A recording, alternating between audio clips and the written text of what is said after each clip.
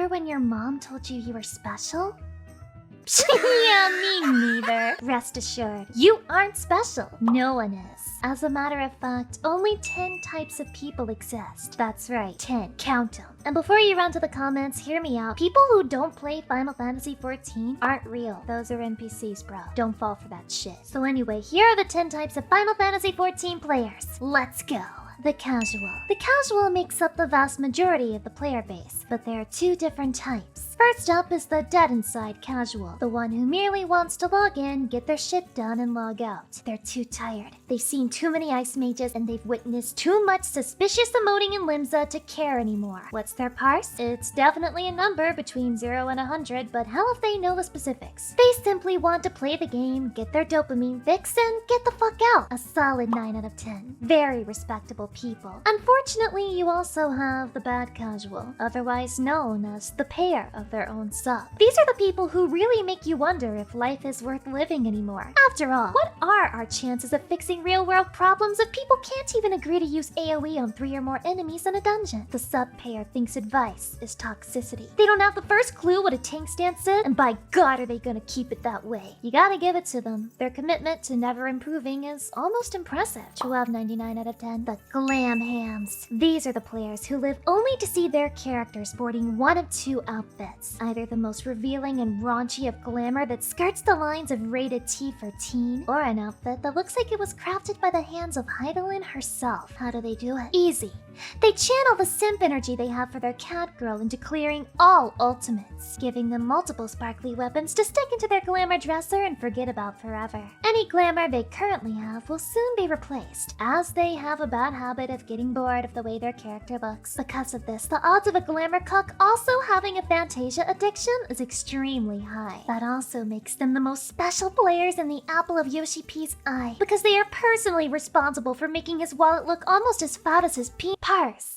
Very based. 8 equals 3 out of 10. The Ghost. This player is an enigma. Riddle me this. If someone logs in and never types an O/ or a graphic description of their character getting railed by a mortal, do they even log in at all? These people are good at the game. Not amazing, but passable. They've cleared a few extremes, maybe some savage here and there, but they still haven't joined a free company. How's that even possible at this point? With every player getting spammed with invites from the moment they hit start. No one really knows. No one's ever gotten the Ghost alone to ask them why they do what they do, because the moment you send them a tell, they log off, as if startled by the idea of human contact. Same. 10 out of 10. I want to study them like a little lab rat. The Codex. This player, like the name suggests, is a walking encyclopedia for this game, and they love to explain things. Maybe they love it a little too much. You come in asking a basic question about your DPS rotation, and instead of answering just that, they'll also tell you that you need to drift your Bukkake so that when Coom Shot comes off cooldown, you can weave Bust into Cream Pie, thus activating your Kumbo gauge, letting you build up seed stacks, which can then be used to cast your finisher Plan B.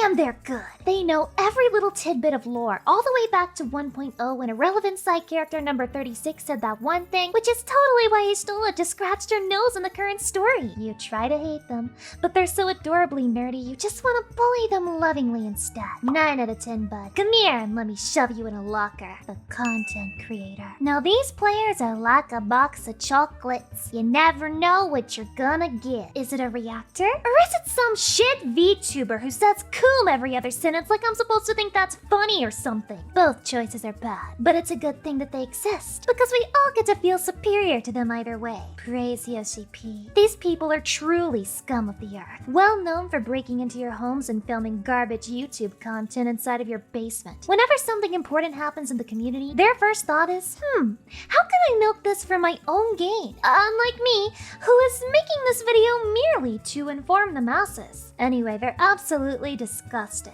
If you see one of these criminals, feel free to perform a citizen's arrest and clean up the streets of Eorzea. The GMs will thank you. 2 out of 10. Get them out of my sight. The Cultist. These players are always looking. What for, you ask? The answer is you, silly. They want to know if you've heard of their Lord and Savior, Yoshi P. And while they're at it, did you know that Final Fantasy XIV is a good game? It's a great game. It's the best game of all time, even. The classes, the story, the 2B leggings, even Eureka is incredible. The devs have never made a mistake, and they never will. What's that?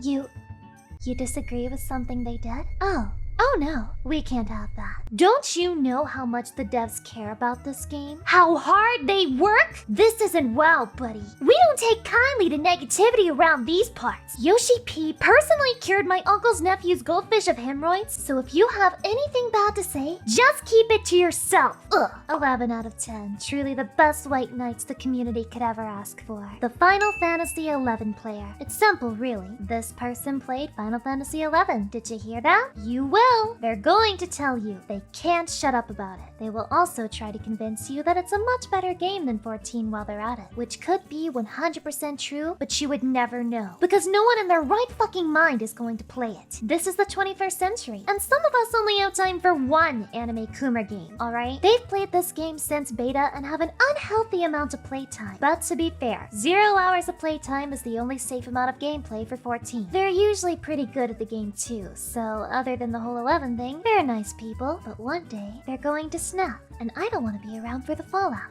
6 out of 10. The role player. This type is the most dangerous of them all. Because towels are their natural habitat, they go unnoticed by the player base at large. But make no mistake, they are many and they are legion. There's no guarantee that the person in the duty right next to you isn't one of them. They have 12 alts for all of their OCs and over 50 glamours for each one. And with the most recent Billboard drama, they've proven that they have the community by the balls. No one can understand the mystery, the cringe beauty of the role-playing masses. But hey, if you're too shy to commission art of your cat girl getting split in two, why not just write about it? More proof that these people have it all figured out. 8 out of 10, as I am afraid to give our silent overlords a lower rating than that. The hardcore player. These players, much like the casuals, are split into two different subtypes. The pro gamer is good at the game and is tired of Weenie Hut Junior dungeons. They want a little spice, a little bit of suffering in Ultimates and Salvage to make them feel truly alive again. They usually keep to themselves and don't bother a soul, all while silently seething as they watch someone else play their main and duty finder and butcher the rotation. 7 out of 10. We've all been there before. The elitist, however, lives and breathes FF logs. Their only call to fame is that one time they parsed 100 in an ultimate. They think that being bad at the game should be a reportable offense and will happily grief your party when they die, because if they can cause a wipe, then that clear parse can't be uploaded to FF logs. Well, what did you expect? Their legend may be triple, but their IQ is not. 4 out of 10. I hope to never be this out of touch. The Gillionaire. This player believes that capitalism in real life just isn't good enough. We need to suffer in video games too. Their crafters and gatherers are maxed, and they have 10 scantily clad retainers that are packed full with materials and absurd amounts of gil. This person has Word documents filled with eerily accurate market board predictions, all of which they will never share with a soul,